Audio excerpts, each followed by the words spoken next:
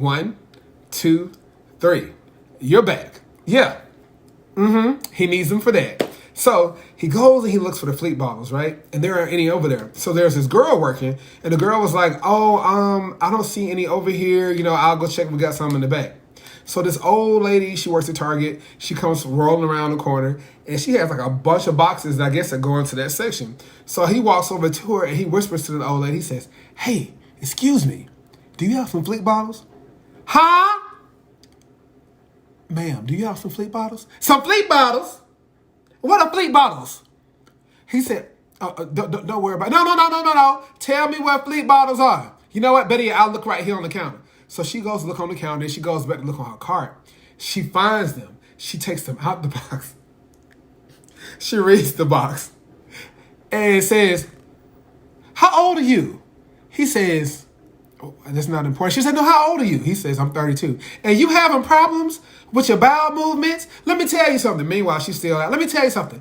All you need is some Metamucil. You don't need none of this to be sticking this up your butt. This don't do nothing for you. It's going to look painful. And I don't think it's right for people to be sticking things up their butt. He said, ma'am, please, you're embarrassing. Why am I embarrassing you? Son don't own nothing to your grandmother. I'm here to give you some wisdom. So mind you, he's trying to back away. She walks closer to him, and she says, so don't be using these fleet bottles. She said, just get you some good tissue, get you some good rest, and get you some good rest, and drink you plenty of water. He is mortified by this time. So then she says, and she looks at him, she says, oh, your backside is a little big. I don't think these little bottles are going to do it for you. But we don't have any of the big bottles over here. I'm going to call them now on the walkie-talkie and see if somebody can bring you some to the front. Y'all, she got on that damn walkie-talkie and told those team members there's a guy over here who needs some fleet bottles. She's not exactly sure why he needs some fleet bottles, but he needs them.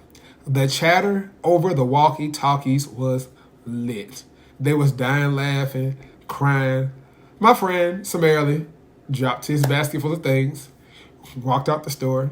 He went back to the car. I proceeded to buy my vitamins, and I left. The lesson for that is, I will not be asking older women for help in any pharmaceutical section or any part of the store that requires me to be discreet with my sensitive purchases.